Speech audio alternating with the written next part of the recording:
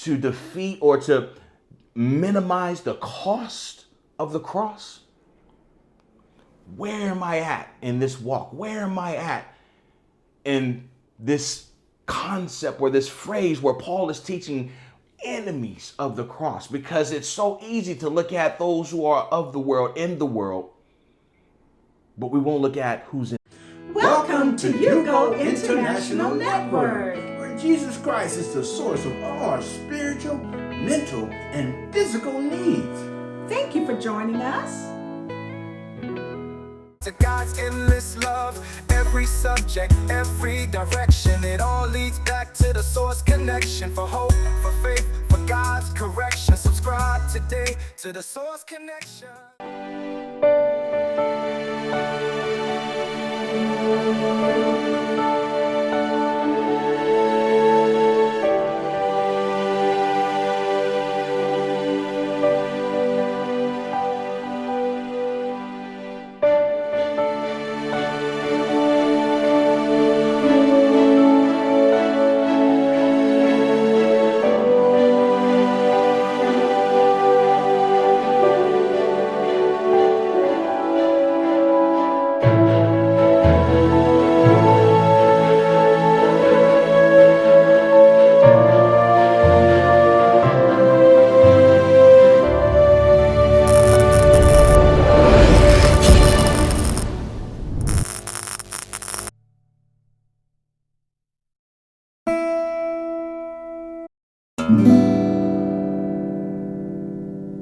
Lives deny the power of the cross, right? They deny the power of the cross, as we said before, the knowledge, but denying its power, right? So here we are, we have the knowledge of the gospel, we have the knowledge of saving grace, we have the knowledge of justification, we have the knowledge of transformation, but we're denying its power. We're not surrendering to it, we're not submitting to it, we are basically turning from it, we're not walking in it. The most dangerous enemies of the cross are not those who oppose Christ openly, but those who neutralize the cross by refusing to live crucified lives. Enemies of the cross. Am I an enemy of the cross? We're so quick to pass judgment on others. We're so quick to look at the external of the culture. We're so quick to look at what's happening in the political environment, the governmental environment, this ISIS and the DHS and all of the things that's happening. But we first have to ask ourselves, who is God trying to get a hold of? Because when the body, when the church comes together, when the saints are praying, when the saints are surrendering, when the saints are submitting, then Satan is bound. And his authority is rendered powerless.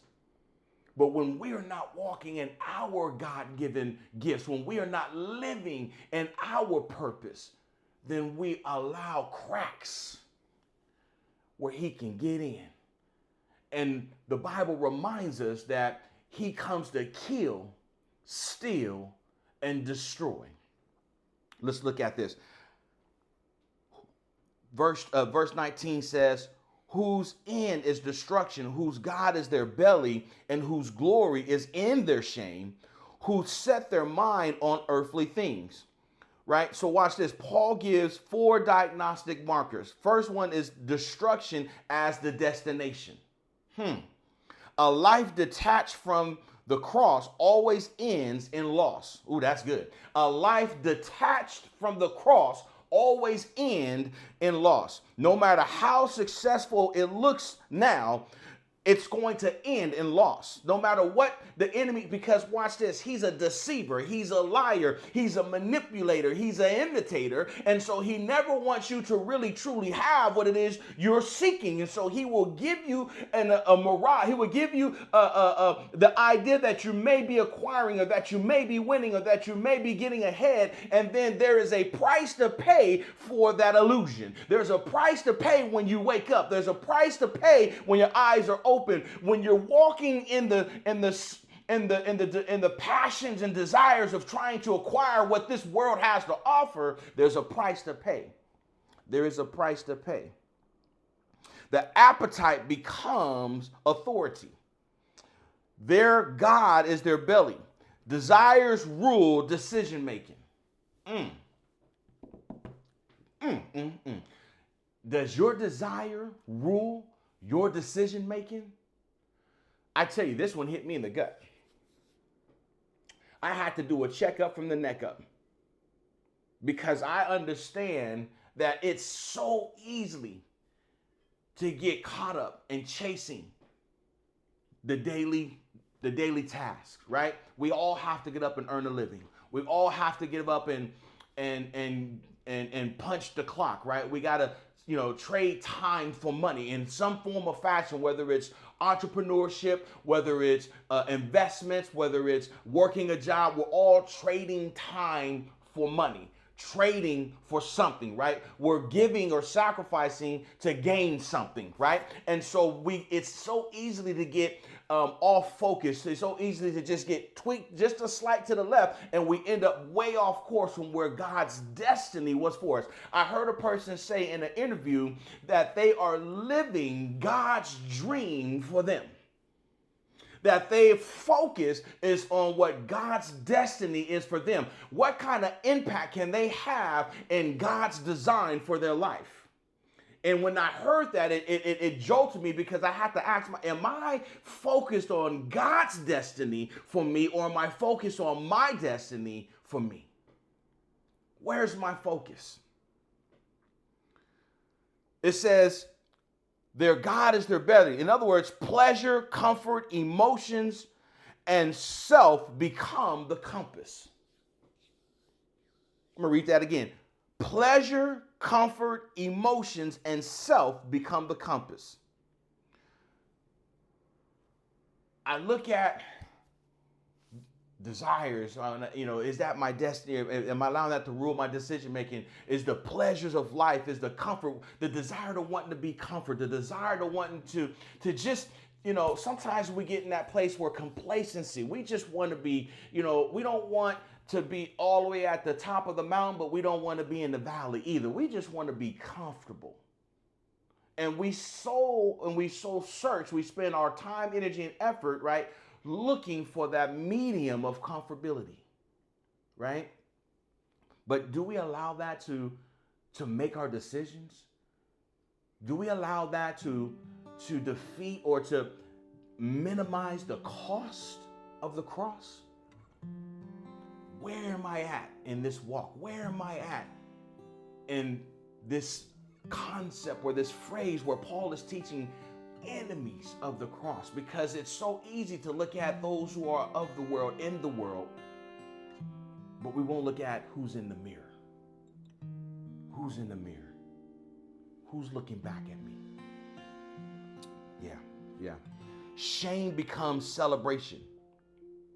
What God calls sin, they call freedom. Look at how we are in the world today. Oh man. We will celebrate sports. We will celebrate championships. We will celebrate all of the things of the world, but we won't celebrate the gospel.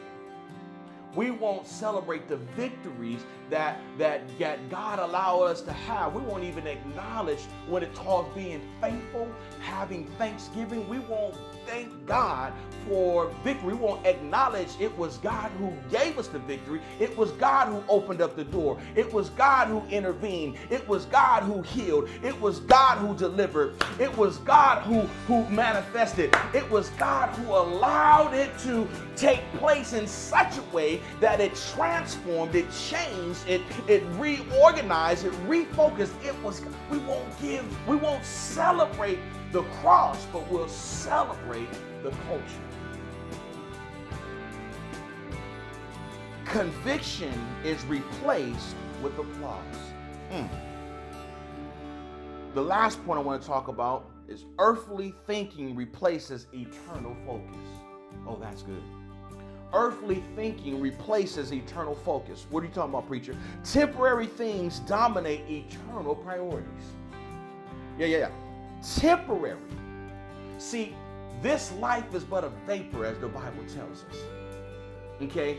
It's but a vapor. And so we get caught up in the weeds of trying to manage this time on earth instead of focusing on eternal ramifications, instead of paying attention to what our eternal hope is in Christ Jesus, that we would spend eternity with the Father in heaven and doing what is necessary to anchor ourselves in our eternal hope versus focusing on a temporary circumstance. Temporary things dominate eternal priorities. Identity is shaped by culture instead of Christ. You know, I thank God that He has given us the America. I thank God that He has given us something that we can hold on to as a nation of united people, a nation of multi-diverse, multicultural, multi-ethnicities under one government rule that we call America. And I'm so thankful for the freedoms and for what God has given us, even through the hard times, even through persevering as African Americans, where we had to endure injustice, and we're still enduring injustice, and our Latino friends and other cultures who have been persecuted, the Jews and other cultures that are constant. But even in all of that minutia, if you will, we're still have liberties under the Constitution. But is that my identity? Is that what God has called me to hold fast? Or am I supposed to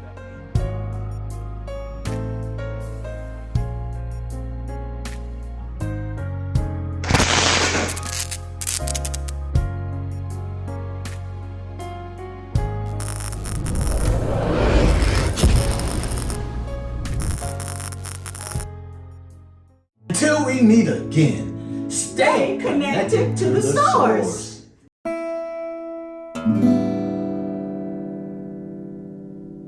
Welcome to the Source Connection, where Jesus Christ is the source of all your spiritual and physical and mental needs. Well, today I want to present to you a book. Yes, my book. Yes, I'm an author. And yes, my amazing wife is the co-author of Victorious Change.